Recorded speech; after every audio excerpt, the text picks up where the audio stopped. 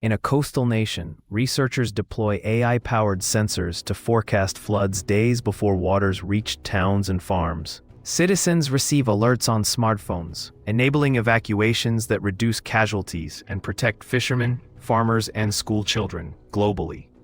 Local universities partner with international agencies, turning crisis data into open maps guiding relief and long-term reconstruction.